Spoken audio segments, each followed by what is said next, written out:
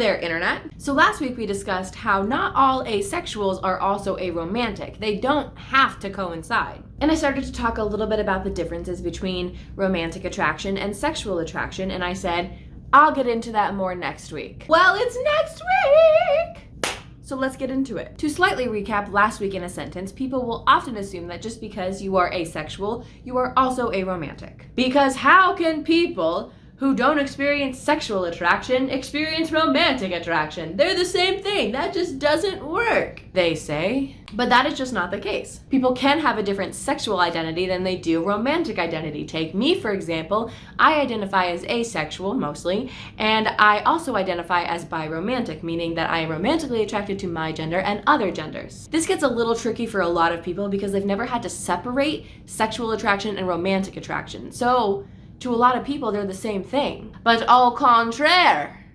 me oh mare, I don't know. And I'm not gonna lie, if you're not well versed in the language and the emotions of like sexual identity and romantic identity, gender identity, it is a little hard to really distinguish between the two. I even had a lot of trouble with it before I knew things. My senior year in high school, I actually did a presentation for a competition on the difference between sexual orientation and romantic orientation, and even when I did it, I didn't totally understand it. And then we stopped lying to ourselves and realized that we had different orientations, and now look where we are. So how can you explain to people that there is a difference, or how can you understand within yourself that there's a difference if you've never had to see that difference? Think back to when you were a kid. When I was in kindergarten, I had a crush on a boy named James. I remember I went to a Catholic school when I was in kindergarten, okay? I remember being asked by the teacher, like, if it was a good thing or a bad thing to be a Christian, and she was like, raise your hand if you think it's a bad thing to be a Christian. I didn't know what that meant,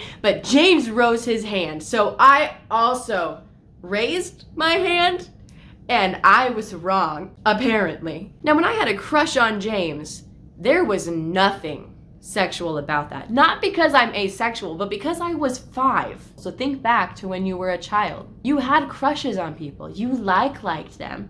That was romantic attraction. Think to who you are today and what kind of situations you've been in today. There's always that question that people will pose, is it love or is it lust? Without even knowing it, people are trying to separate sexual and romantic attraction. They deem love as romantic and lust as sexual. So people understand it even if they don't think they understand it. If you're looking to pursue a long-term relationship with somebody, chances are you are acting on your romantic attraction. I could be wrong. I feel like a lot of people who decide to get married don't just do it so they can have sex every day, because if they did that, well, they're probably Christian, or they could just bang anytime. So as you can see, we actually do separate romantic and sexual attraction a lot in everyday life, and maybe we just don't realize it. Because like I said, some people have never had to actively think about the difference between the two, because for them, they've always coincided. So that is my little explanation, little rundown of the difference between romantic attraction and sexual attraction. If you have any other key identifiers, please leave them down in the doobly-doo and share with me and the world. I'm gonna go film some more YouTube, and I'll see you guys next time.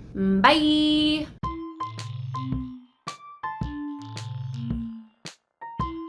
Now that you have a better idea of